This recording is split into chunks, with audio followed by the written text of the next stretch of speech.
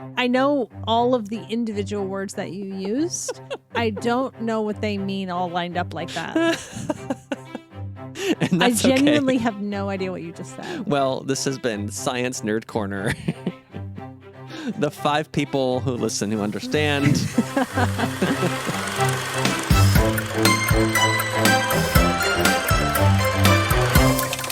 Hello and welcome to Steam Powered Movies. My name is Mike. I am but one of your captains. I am here with our other captain. Oh my gosh, you guys, you need to know, he doesn't prepare me for this. But I am very proud to be a captain. Yes. Don my little captain's hat. Aye, aye. My epaulets. There you go. Looking sharp. I try. We're doing kind of a nautical theme lately. Well, it was a nautical film. True. Mhm. True. Nautical in space. Yes, we're going to talk about it. Yeah. What we're talking about is we watch steampunk movies and talk about them, and sometimes the movies are not exactly steampunk, but some sort of like adjacent genre, like maybe solar punk, maybe like the movie Treasure Planet, which we just watched. I do love this film. It's pretty fun. It came out in the year 2002 from the Disney Corporation. Had some cool people in it. But before we get into all of that, a few announcements.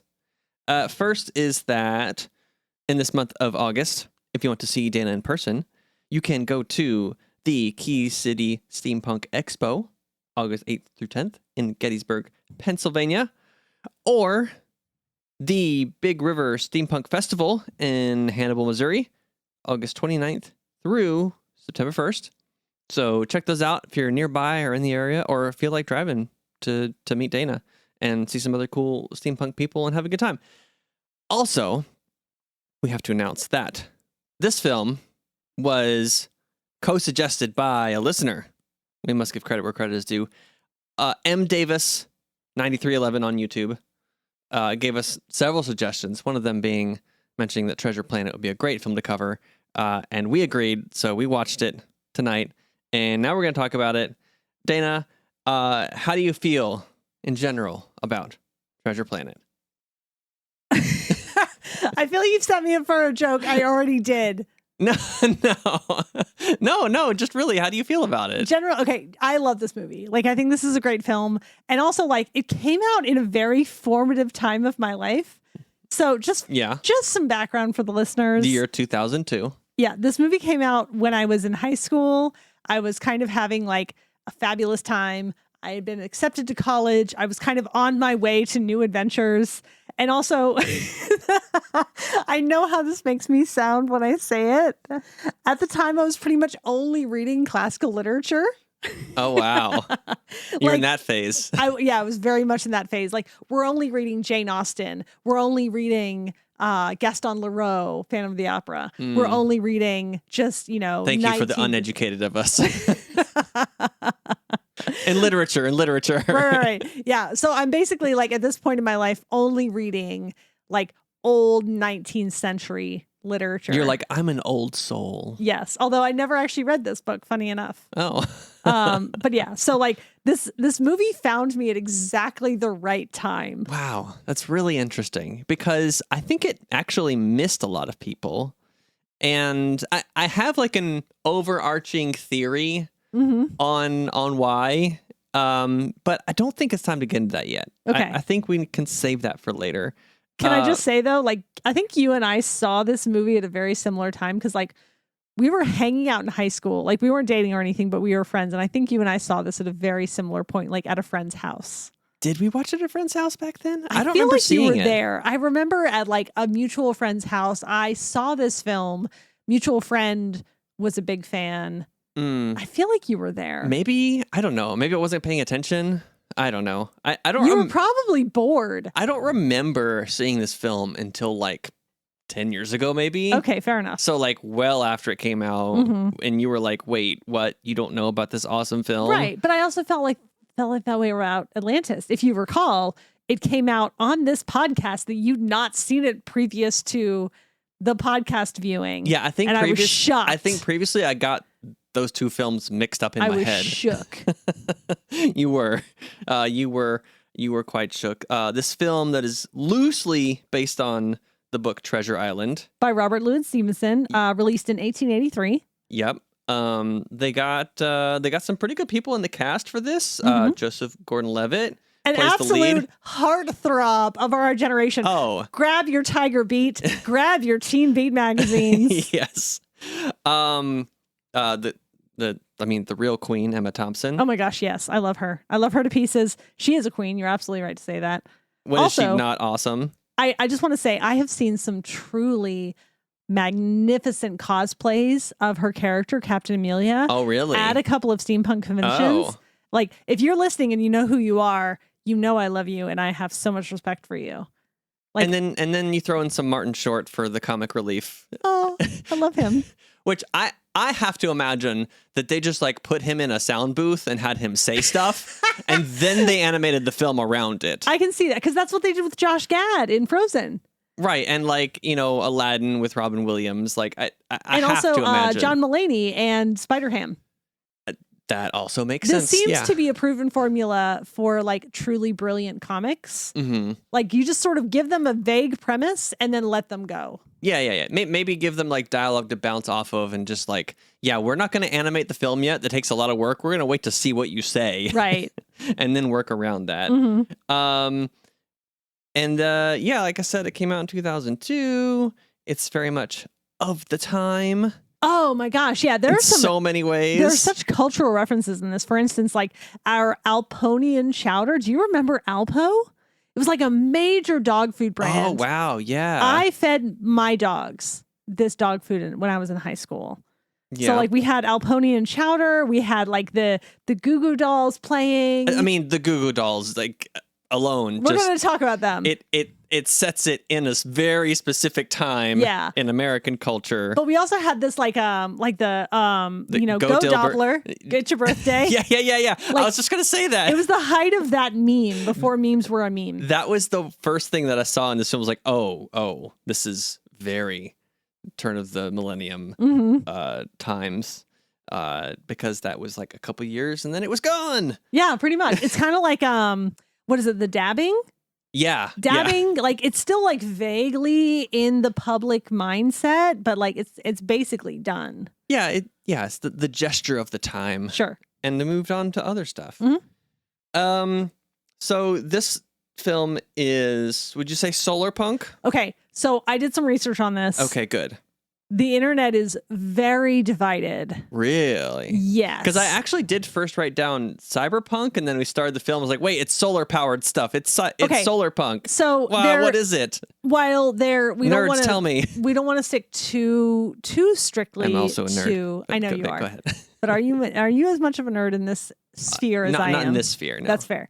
Okay, so like we don't want to stick too closely to genres, but like cyberpunk tends to have a lot of like corporate type themes, and solar punk seems to be the antithesis of that, where we have a lot of hopeful themes. And is it more like indie? Okay, so like it's kind of its own thing. I have a couple of like notes. Corporate or indie, those are like the polar opposites, right? Exactly, precisely. But no, like this does tend to seem to be its own thing, where like, we've got some steampunk elements, we've kind of got some solar punk elements, but it sort of seems to be kind of, they took the Treasure Island story and then made it futuristic without sticking to any of these specific genres, which I kind of like. I like it when people don't stick to a formula. I mean, the primary technology that defines the civilization that they're living in is the solar powered sailing. Yes, through space. I have thoughts. I have questions for you.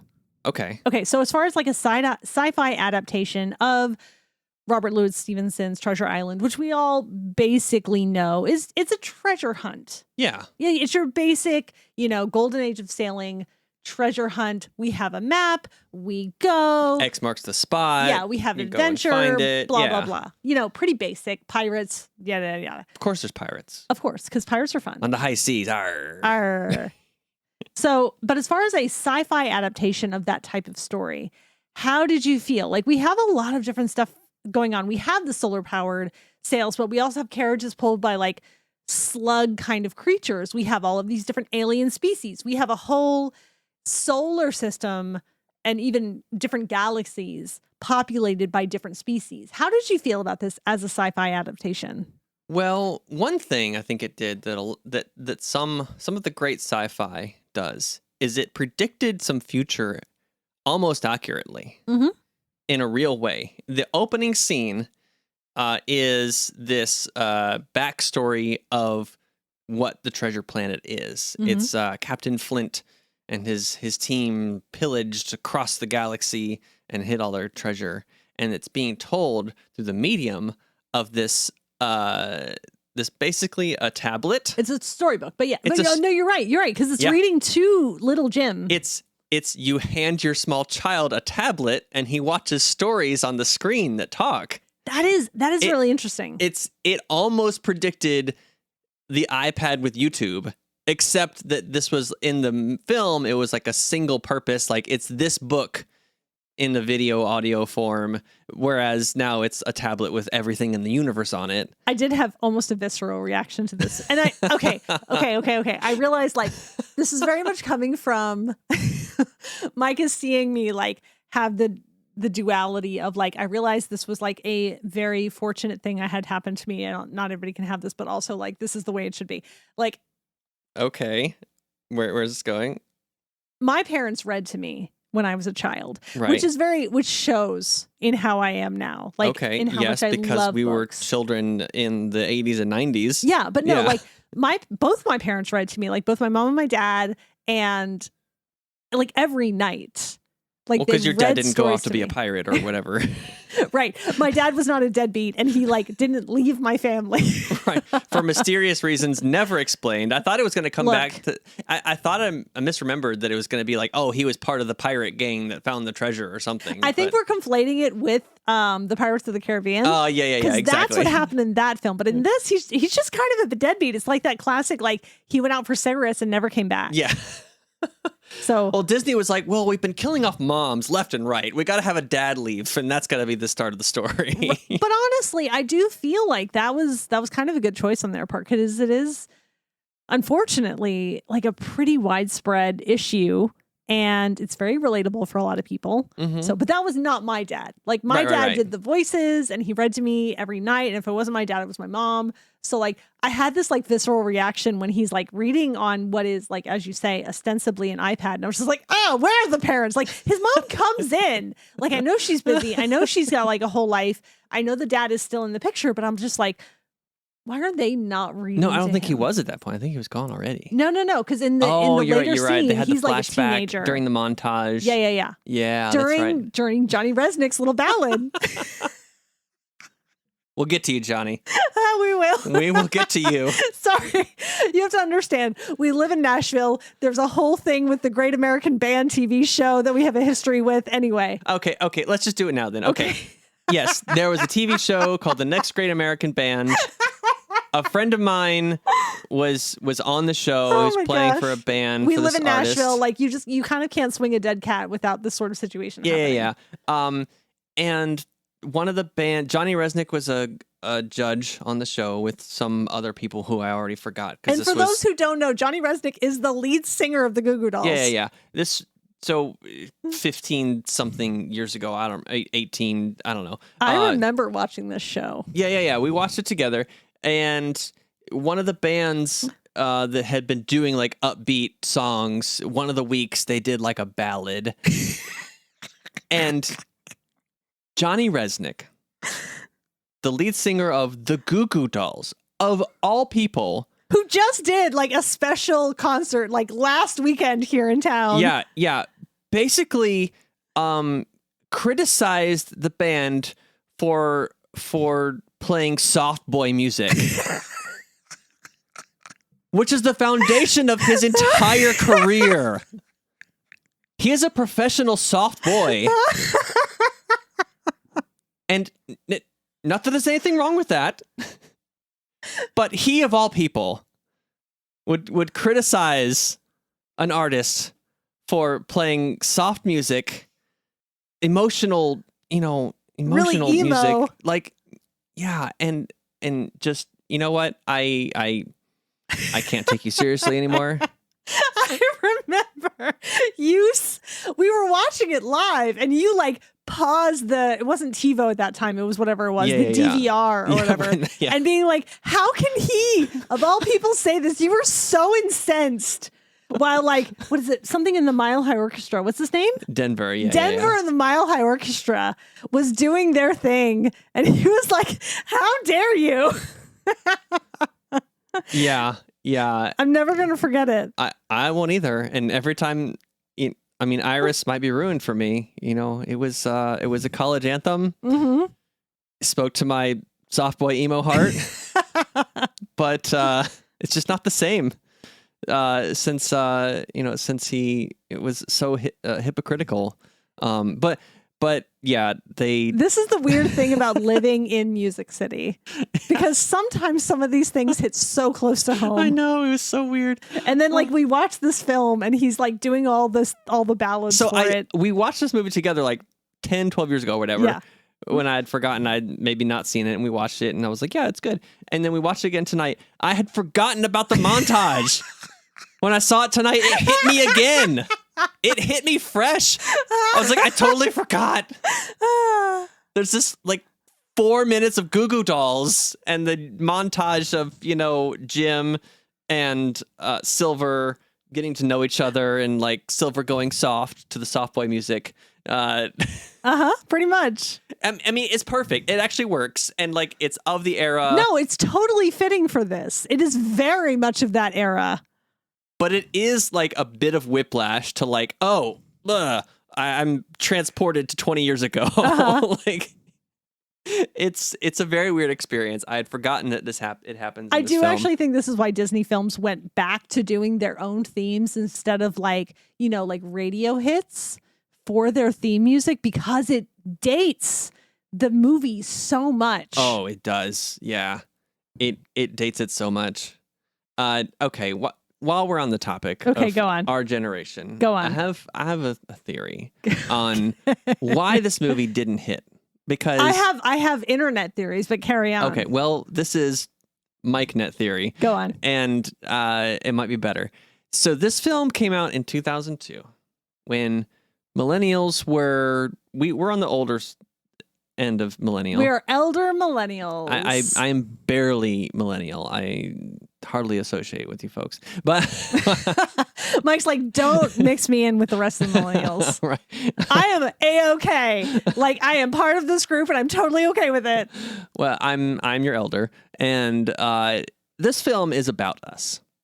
This film is about millennial angst and being an angsty little teenager that was like, brought up in a world where you were told by your parents that you could be something special, that, just earning an honest living, working at the local cafe / pub is, that's beneath you. You were meant for greatness. Right? And so you're angsty and act up and do your stuff.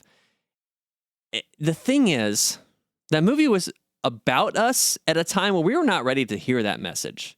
We were still in that mode. This movie, if it came out in like 2015, I think would have done gangbusters. It would have been a smash hit because our generation would have been like adults already and bringing little, 8 and 10-year-old children to see this film, and we would see it. We would have the realization that was us back then, and the music, keep the music the same. Have the Goo Goo Dolls in there coming out in 2015. We need the nostalgia. Put us back in that mindset to be like, this was you, and we would see it and we would appreciate it. We didn't appreciate it back then because we weren't ready for the self-reflection, Dana. But we're ready now. That's my theory. That's my theory on why it wasn't a hit, because it was telling us the truth and we weren't ready to hear it. But we're ready. We were ready now. We're ready later. I do think there's something to your idea of like looking at this in a different time of our lives when we have a different level of maturity and a little different level of experience. Mm-hmm. And I do think that's an important conversation to have. However, as I was digging into the Reddit. Oh no, we've reached the Reddit portion of the podcast. Oh, dude, I love Reddit. Like, it can be a cesspit or it can be an amazing trove of information. And you really have to sift. Yeah. So I was sifting. Get your fine tooth comb out. Yeah. Get your fine tooth. But what gold did you mine in the Reddit hills? So according to some folks on the Reddit, Disney tried to bury this movie. That like Disney specifically put it out on a weekend when a whole bunch of other big movies were coming out, like the first Harry Potter film. The Harry Potter books were already huge. So the film was gonna be huge. Right. And they kind of only did like a couple of like not great trailers and stuff during like the first day of release. Right. So like they intentionally buried it according to the Reddit so they wouldn't have to deal with like sequel stuff, which although we say that looking on the IMDb, there's a good number of like kind of secondary proprietary things that go along with it. There's a couple of storybooks. There's some other like small like short films and stuff. I don't know. Look, I don't know the truth here. Maybe they did try to bury it. Maybe they were like, look, let's just get it out and then move on to the next thing. I don't know. Like, I'm not into that inner circle. I mean, maybe it didn't test well or something. Maybe they had some inkling that it wouldn't be well received for some reason or another. Maybe they had focus groups. I don't know. But like, this is the thing though, with animation when it comes out, like these kids films, they have to be like for kids, but like the subtext and like the meta text has to be for the adults to get, right? So like Toy Story came out in 1995 when we were still, kids, like babies, middle school, whatever. Babies. So we appreciated it on a level of like, oh, this is for us. It's bright and shiny and it's a good story and the characters are fun, but the jokes were for the adults, right? The jokes were for our parents. And then this film coming out when it did, like, the meta text was for our generation, but too soon. It was just too soon. It was lost in the middle. Like I actually agree with you. Because I think a lot of the emotional themes are very much fitted to our generation. For instance, we have Doppler, who's the David Hyde Pierce character. Yep. Love him. He's fantastic. He's very good. Yeah. Yeah. So, but it was like really nice. And I feel like this is one of those films that was like formative to me as like a young person without realizing at the time that it was formative.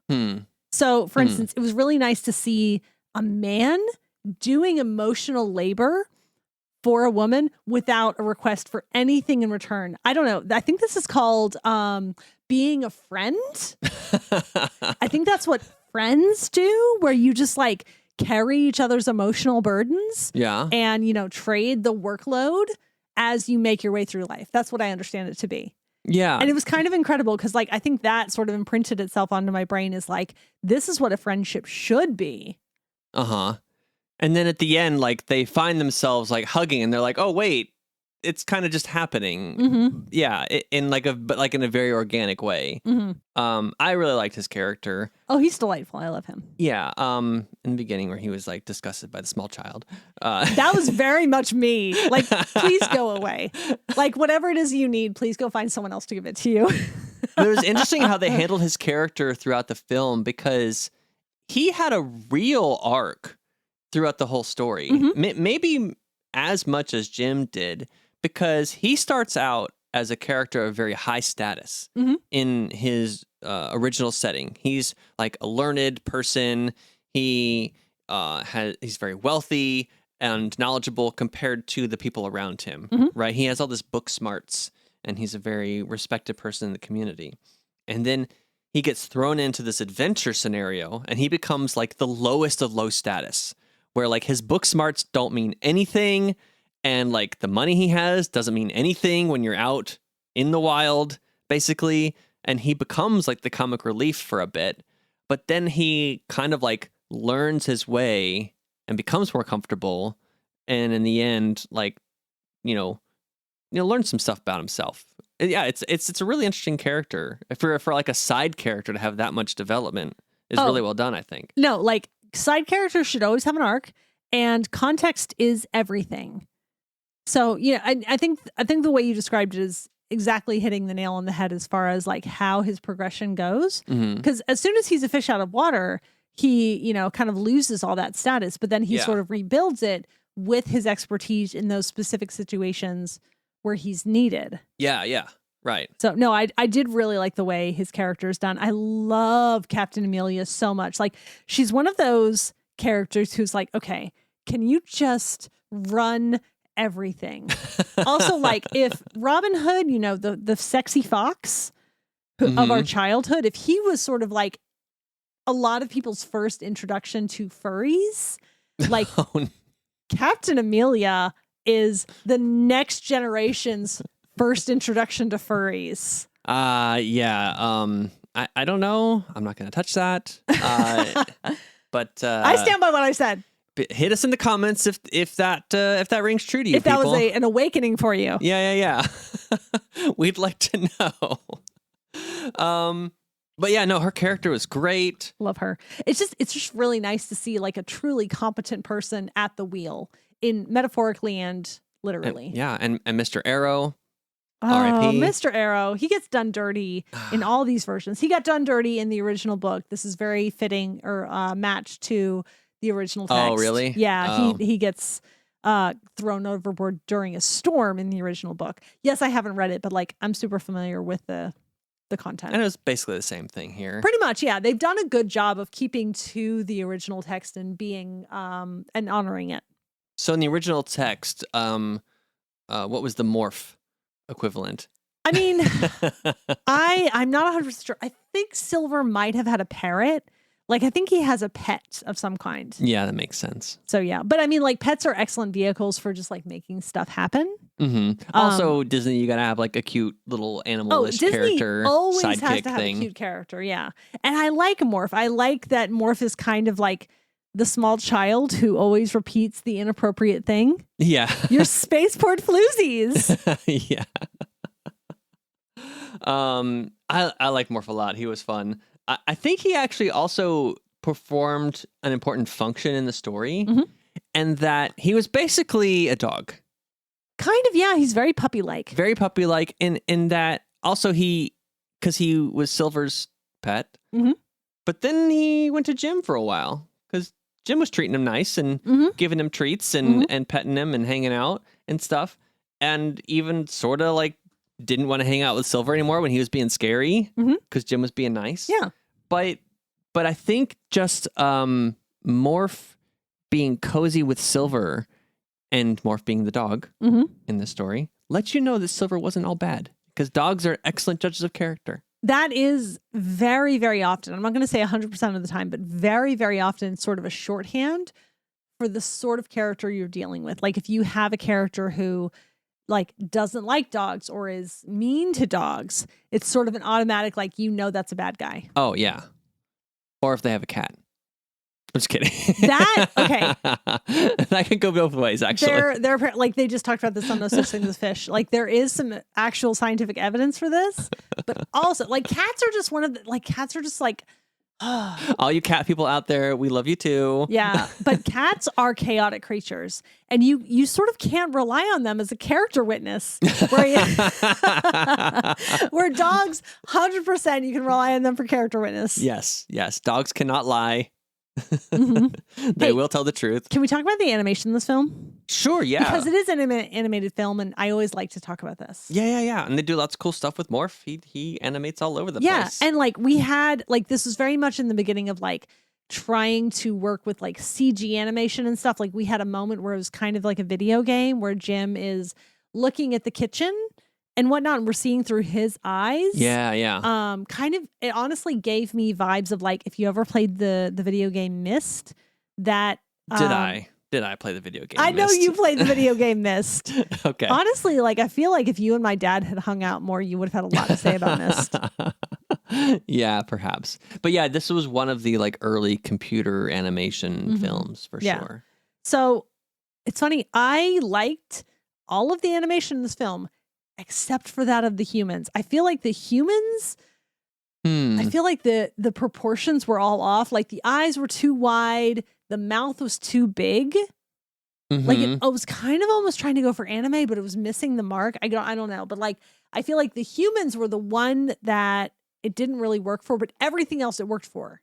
Yeah, now that you think about it, yeah, I did kind of think in the first few opening scenes when it was just humans, I did have some sort of reaction to the visuals. In my mind, it read as sloppy. And maybe my mind was going to the stuff about like, it wasn't a big hit. Disney didn't promote it a lot, that maybe they didn't give the animators a lot of time to work on this film. We don't know that. I don't know. I don't know if that's my brain just like filling the blanks with the information that I have. So to my mind, it read as sloppy, but maybe what you're alluding to, it's just like the visual style of these animators was more suited to like the non-human creatures and things that it worked really well for. Mm-hmm. And trying to do the humans in a similar style kind of made them look off a bit. It was something like that. Like I feel like the faces, like I don't have any issue with the bodies, but I feel like the faces were at all times just a little bit off kilter. Mm. And Yeah. I'll grant you, like humans are hard. I have some graphic novelist friends. They're great at everything except for people. Because people are hard. And I think it's because we as humans, we're constantly looking at other people's faces. Mm-hmm. And so like, that's how we identify. And when something isn't right, like we really zero in on it. For sure. Back on Morph for 1 second. Go on. Tell me more about Morph. Disney's doing lots of live action remakes of stuff. Sometimes it's still mostly animated, like How to Train Your Dragon. Or Lion King. Right. But I had a thought. Although How to Train Your Dragon is DreamWorks. Let's just be clear. True, but similar concept. Very similar companies, yes. If they ever redo this film, the voice of Murph will 100% be played by Alan Tudyk. Obviously. Yeah. That's like kind of a given. Yeah. He says like 4 English words the entire thing, and the rest is just noises. Pretty much, yeah. You're not wrong. So like I looked up the guy who Place your did this. bets now. Yeah. Get it with Vegas and figure that out. No, they won't even take that bet. It's so guaranteed. That's true. That's very true. Who would take the other side of that action? Nobody. So let me ask you a question. Uh-huh. And I'm gonna kind of set you up a little bit first. Okay. Okay. So like my main bugbear with the world building of this is they are at all times just exposed to the vacuum of space. Mm-hmm. Beyond that, like I'm just gonna leave that there as is. Okay. And say that like, how did you feel about the world building of this like intergalactic world? Okay. I think it was okay because it was pretty much done on vibes. They didn't try to go sci-fi and explain anything. Mm-hmm. It was just like solar sails. We're spacers. We travel. Mm-hmm. And this guy created portals. We don't know how. It just happened. Mm-hmm. And so it's kind of just vibes. And there's enough like futuristic stuff that you're like, yeah, sure, that could have happened. This film does completely fall down to any kind of scientific scrutiny. Yes. Especially a certain sequence. Again. That I made notes on. Oh, which one are you talking about? I'm talking about when they came across the supernova. Because, this is one thing that a lot of films do, which is vastly underestimate the scale of space. Mm-hmm. Just how massively big it is. There's so much empty area. Yeah. No one traveling through space would ever be surprised by a supernova. Mm-hmm. You would see it from light years away. Mm-hmm. So, number one thing. Mm-hmm. And then it immediately turns into a black hole within minutes. I knew you were going to pick up on this because you watch a lot more astrophysics videos than I do. Like astrophysics is one of those subject matters that I just can't get my head around. We're talking like years, or thousands of years of time scale for these things to happen. You're already in an area I don't understand. But I did appreciate that the thing with like the waves of solar energy that they were hitting, and the scientist guy predicted when they were going to happen. They used the big one to like ride it out. Mm-hmm. I think they were trying to portray Hawking radiation, and somebody talked to some science consultant, and they were like, "This is how this works, right?" And they're like, "Yeah. That's Hawking radiation. They ride the waves of the radiation out of the black hole. That's how it works." I know. And your eyes went glassy. I know all of the individual words that you used. I don't know what they mean all lined up like that. And I that's genuinely have no idea what you just said. Well, this has been Science Nerd Corner. Okay, thank you for filling that corner for us today. The 5 people who listen who understand, they will be with me. And let me know in the comments. I still have no idea what you just said, but I'm so glad you're here. I'm glad you're here, Dana. So I did have one moment in the film that like it was sort of just one of those like meta moments where, and only certain people are going to know what this means. Okay. So like during takeoff, when the ship is leaving the spaceport. The spaceport that looks like a crescent moon, which is pretty cool. I actually really loved that. I did too. Because I do feel like in an intergalactic society such as this, we are going to have artificial satellites, such as the satellite moon spaceport. It's also just a good visual gag. It also is very cool. Yeah, it works. Yeah, it's just extremely cool. So the captain during takeoff, like she's just stolid and like stays where she is. And I feel like I feel like this is the difference between those used to like the metro in DC or the tube and those who are not. Like I watch them every time I go through Dulles Airport when I go home to visit. I watch the people who like are not anticipating like that sudden like whoa, kind of when like the not the shuttle but like the the little like transit train thing takes off, and you can see them just like they really have to adjust, and then the rest of us who are used to either the metro or the tube or whatever is just like, yeah, this is fine. And I'm one of those people that's like, yeah, I'm not going to hold on to any railings. I'm just going to stand you here. like plant your feet nice and wide. You like kind of strengthen your core, and you are ready for that moment. Yeah. It's like surfing. And just I'm watching all of you. Subway. I'm watching all of you, and I can pick out which one of you are ready. You landlubbers. Look, I grew up using the metro, and that is my happy place. I mean, is there really much else to talk about the story about this? I mean, it's basically Treasure Island, which one day we might do Muppet Treasure Island as a bit of a comparison, we'll see. Is a whole... If you can get me to finish watching that. I know. We tried once and you did not make it. No. One day we might, and I might just have to use the promise of Tim Curry being Tim Curry with it. I'm just saying that there are top tier Muppet movies and there are not top tier Muppet movies. Look, I think the difference is, and I've seen this cited elsewhere. Michael Caine in The Muppet Christmas Carol treated the Muppets as fellow co-stars, whereas the Muppets in Muppet Treasure Island treated Tim Curry as a fellow Muppet. And that's the difference. I mean, he kind of is, but... Yeah, you just watched Clue with me for the first time. I did. I mean, that pretty much is everything that you need to know. Yeah, but like you said, you need to have like some human character to ground it. And Tim Curry is just another Muppet. Yeah, we'll see how it goes. Okay. One day we might get there. We'll see. Honestly, that might be a heavily libationed episode.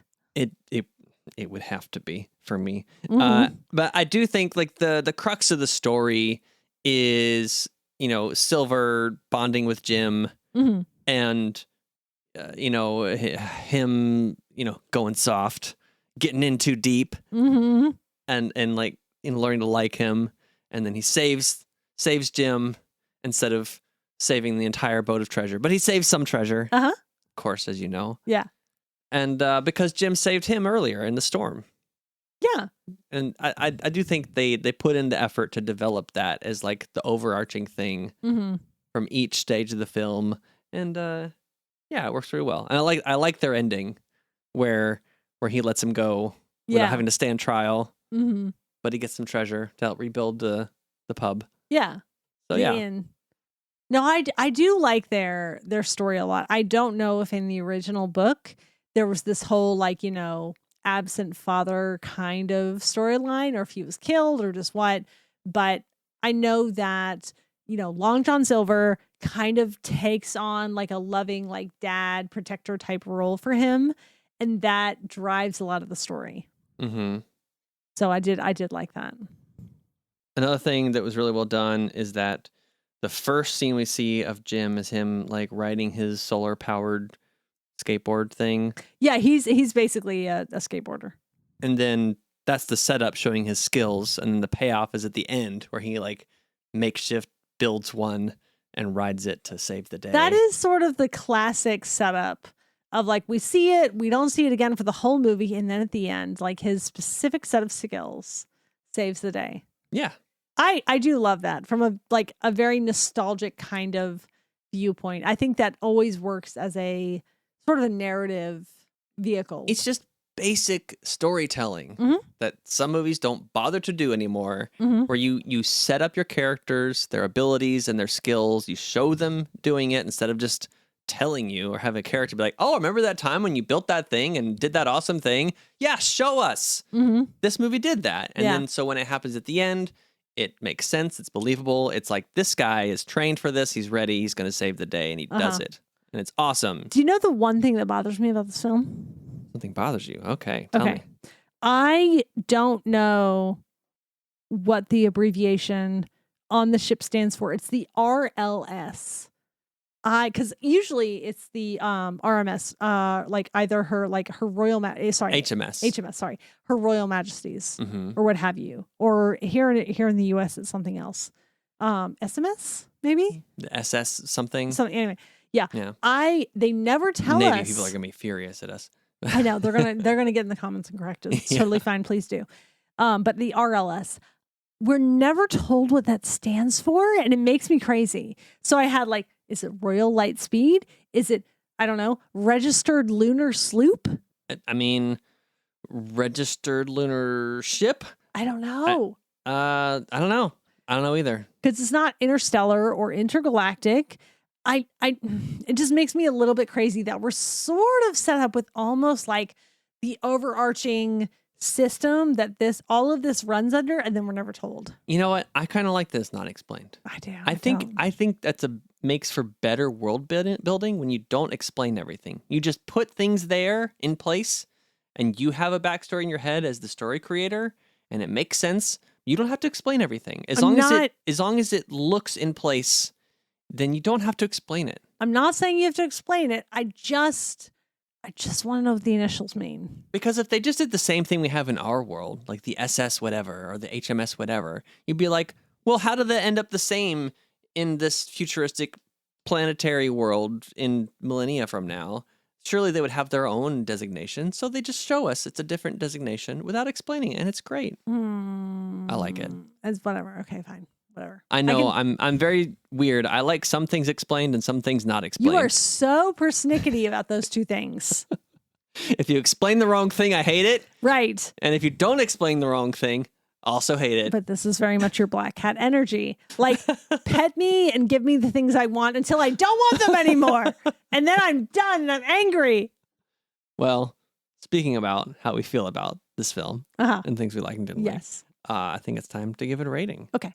We're not going to rate the steampunkiness because it's not a steampunk film. No, like I said, the internet is very divided on what it is. Space opera is the one thing I kind of saw a consensus on, but I don't personally think it fits that because we don't visit that many planets, whereas a space opera tends to visit several different planets. It's some kind of sci-fi-ish punky film. It's just its own thing. It's kind of, Treasure Island with like a spacey intergalactic sheen painted over it. Solar, cyber, steamy, whatever-ish punk thing. Yeah.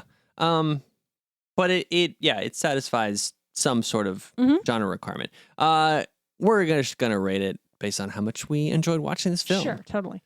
And Dana, for you, that's gonna be on a scale of 1 to 5 gears. How much do you enjoy watching Treasure Planet? I love this movie. Yeah. Like, it's not quite up there with Atlantis, but it's really close. Okay. Like, it's just a really good film. It's really enjoyable. It's just a really good story. Again, probably because it's based on a book. I'm giving it 4 out of 5. Only 4. I will say only 4 because Atlantis is kind of like my peak. And it doesn't quite reach Atlantis standards, but that's because I just love Atlantis so much. Okay. So 4 out of 5, because the standard has been set. It's really, really, really good.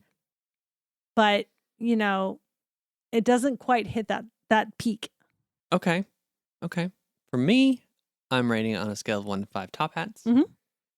And I like this better than Atlantis. Really? Yeah. Oh, okay. Okay. It's fine. It's fine. It's fine. It's fine. It's fine. I like this movie a lot. I'm so glad. I think it's really good. I can't think of any flaws in it, really. Okay. I would give it 5 stars. But Johnny Resnick knocks it down to 4.5. Oh, Johnny Resnick! You ruined it for everyone. So it's getting a 4.5 top hats out of 5. Oh man! If only they'd gotten some other early aughts iconic band. Yeah. Yeah. If it was some like angsty anthem from, if it was like Hoobastank or something. Newfound Glory. Right. Get some like proper punk in there. Dashboard Confessional. Yeah, that's what I'm talking about. It would have been 5 out of 5. Missed opportunity. But no, I even kind of enjoy the datedness of the film. I'm giving it 4.5 out of 5. I think it's really great. I think anybody our age should watch it and appreciate it more than they did when it came out. So yeah, that's what we think about Treasure Planet. Didn't Dashboard Confessional just open for Goo Goo Dolls at that show they just did like last weekend? Yes. It's come full circle. We should have gone to that show and then watched this movie. We didn't even know it was happening. We just showed up at dinner and then we found out it was happening. Yeah. Random stuff that happens in Music City. It's true. Well, if you have a story of random running into bands from high school that you listen to, tell us in the comments or join our Discord and tell us there. We'd appreciate that too. Send us a message on the socials. Primarily, we are at Steam Powered Movies on Bluesky. Message us there. We'll message you back. If you have any suggestions for a film that you'd like us to watch and then review, get at us, just like mdavis9311 did on YouTube. That's on Dana's YouTube channel, where everything is posted. And comment there as well. Thank you so much for listening. We appreciate you all, and we will talk to you again next month with another new episode. See you then. Okay, bye. Bye. Rattle the stars.